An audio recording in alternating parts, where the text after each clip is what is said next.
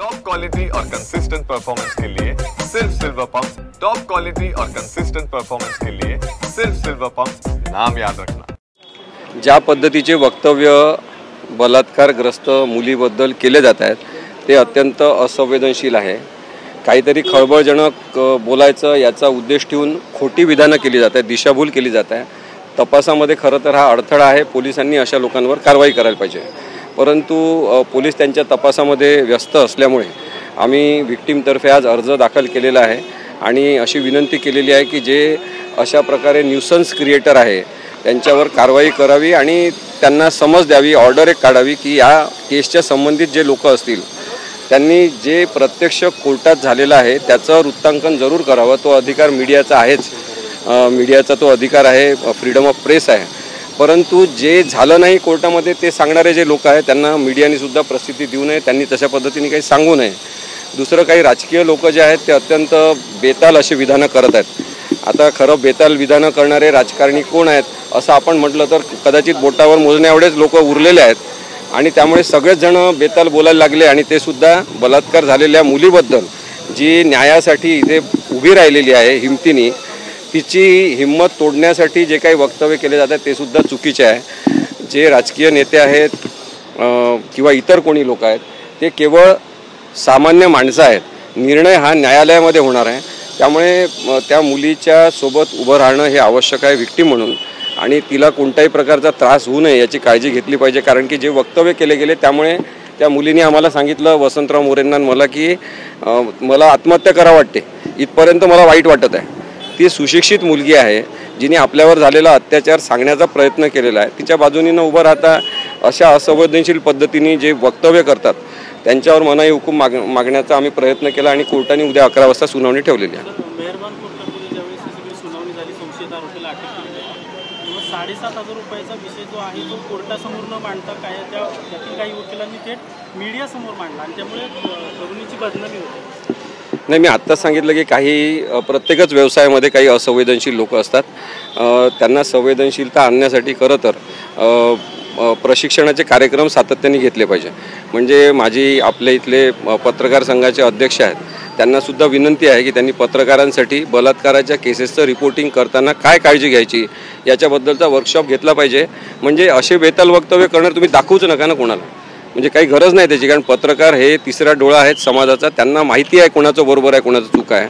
त्यामुळे कुणीतरी आपण वेगळं काहीतरी दाखवतो याच्या नादात त्या लोकांना महत्त्व देणं अशा खोटारड्या ते चुकीचंच राहतं। आम्ही आज वकीलपत्र दाखल केलेलं आहे, त्यामुळे 12 तारखेला आम्ही ॲपियर होऊच, पण उद्यासुद्धा सुनावणी आहे। त्याच्यामध्ये वसंतराव मोरे यांच्यासारख्या काही राजकीय नेत्यांनी पुढाकार घेतला आहे, तिला मदत करतायत, ते ही चांगली गोष्ट आहे। मला वाटते की अन्यायग्रस्त लोकांसोबत उभे राहणारे खूप लोक असले पाहिजे।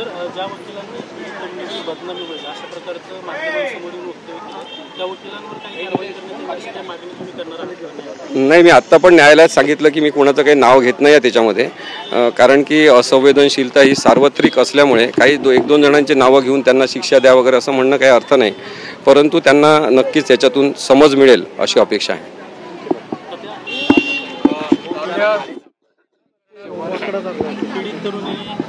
संबंधित प्रकरणात फेक नॅरेटिव्ह पसरवल्याचं काम काही पॉलिटिशियन्सकडनं देखील केलं जातं आहे। तुम्ही या पीडित तरुणीसोबत कसं उभं राहताय आणि हा संपूर्ण लढा कसा लढताय?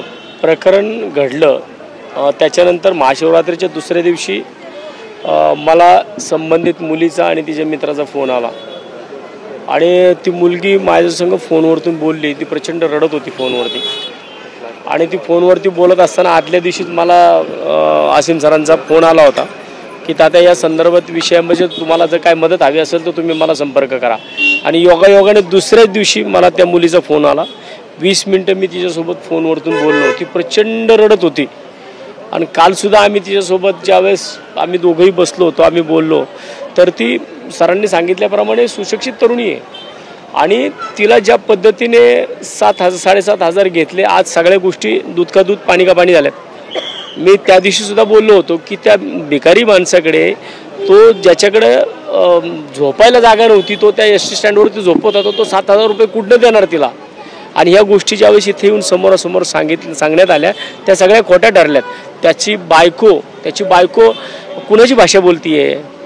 त्याची बायको जे इथं राजकीय लोक येतात ते जे म्हटले की तिने आरडाओरडा केला नाही, तिने आरडाओरडा केला असती ती वाचली असती, त्याच्या बायकोच्या तोंडून हेच शब्द कसे काय आले की तिने आरडाओरडा केला नाही, तिला स्क्रॅचेस, मी कसले शब्द वापरते तुम्ही, तिला स्क्रॅचेस कुठं आलेत का, तिचे कपडे कुठं फाटले नाहीत का, म्हणजे या अशा गोष्टींमुळे तिला भयंकर त्रास होतोय, ती रडतीये.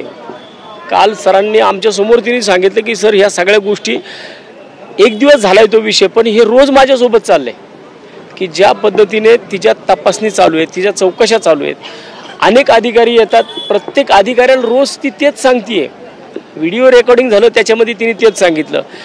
नवीन अधिकारी कोणतरी वरिष्ठ अधिकारी आला की त्याच्यासमोर परत तेच सांगायचं. म्हणजे तिचं दुःख बाजूला तिला असं वाटायला लागले आरोपी तिकडं सुखात जाऊन बसलाय 12 तारखेपर्यंत, आणि ही आरोपी असल्यासारखी रोज हिला 9 वाजता इथे या, 10 वाजता तिथे या, 11 वाजता इथे या आणि बसायला लावले जाते. तिला जर 7,500 रुपये तिला दिले असते, 48 तास त्या मुलीची बॅग पोलीस स्टेशनमध्ये होती, 48 तास तिची बॅग तिथं ती ठेवून गेली होती पोलीस स्टेशनमध्ये.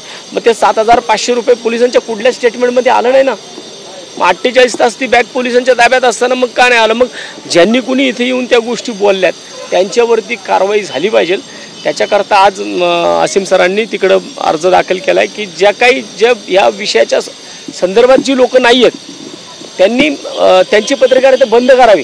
त्यांनी फेसबुकला या गोष्टी टाकणं, फेसबुकवरती काही बोलणं, लाईव्ह येऊन सांगणं, अरे ती एक 25-26 वर्षाची पोरगी आहे, मला सुद्धा तिची एवढी पोरगी आहे. जे तुम्ही 7,500चा विषय असेल किंवा आरोपीची आणि पीडित तरुणीची जी ओळख आहे असं एक नेगेटिव्ह पसरवलं जात होता किंवा एकूणच ज्या चुकीच्या बातम्या येत होत्या त्याच्यावर पोलिसांच्या तपासात आता माहिती समोर येते पैशाची देवाणघेवाण कुठलीही झालेली नाही किंवा ते पीडित मुलीची आणि त्या आरोपीची कुठलीही ओळख नाही किंवा त्यांचा कधीही संपर्क झालेला नाही अशी पोलीस तपासात माहिती येते. हे खोटं पसरवतंय नेमकं कोण आणि कशासाठी? मी ते तर खरंच मी कालच्याला ज्या गोष्टी सगळ्या झाल्या होत्या त्या गोष्टी तिने सगळ्या मोबाईलवरती पाहिल्या होत्या. त्याच्यानंतर कालचा तिचा आक्रोश आम्ही पाहिला ना, आज ती नॉर्मल झाली. खरं तर मी तुमचं सर्व मीडियाचं मनापासून अभिनंदन करेन, धन्यवाद देईल तुम्हाला. कारण आज सकाळपासून तुम्ही ज्या गोष्टी मांडताय की हे सगळं खोटं होतं, हे सगळं तुम्ही मांडताय, हे सगळं आम्ही तुम्ही ज्या कालच्या गोष्टी आजच्या गोष्टी ज्या आहेत त्या सगळ्या आम्ही मेहरबान कोर्टासमोर मांडलेल्या आहेत. आणि आम्हाला वाटतं की याच्यामधून जी लोक फेक नॅरेटिव्ह करतात आहे हे मला वाटतं हे सगळं कदाचित, मी एक राजकीय माणूस आहे, कदाचित या अधिवेशनामध्ये या काय गोष्टी होऊ नये म्हणून या सगळ्या गोष्टी कुठेतरी चाललं होतं. म्हणून आम्ही अर्जंटली मी माझ्या शिवसेना उद्धव बाळासाहेब ठाकरे पक्षाकडून मी परमिशन घेतली आणि परमिशन घेऊन मी सरांसोबत बोललो आणि आज आम्ही इकडं अर्ज दाखल केला आहे. त्याच्या उद्या सकाळी सुनावणी आहे.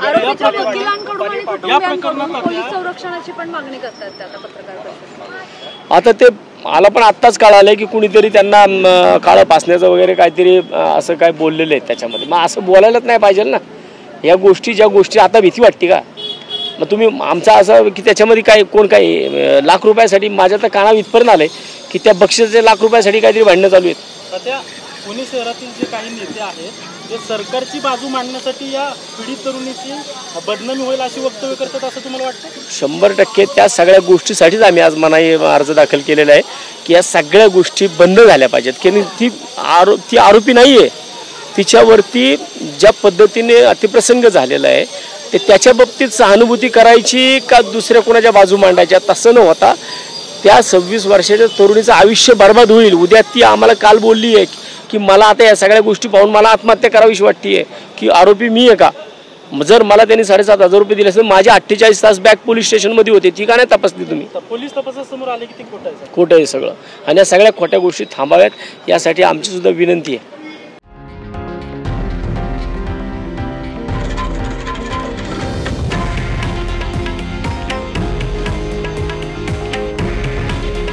हे आहे देशातील नंबर 1 न्यूज नेटवर्क आणि आपण पाहत आहात TV9 मराठी. काळजी तुमची, हित महाराष्ट्राचं.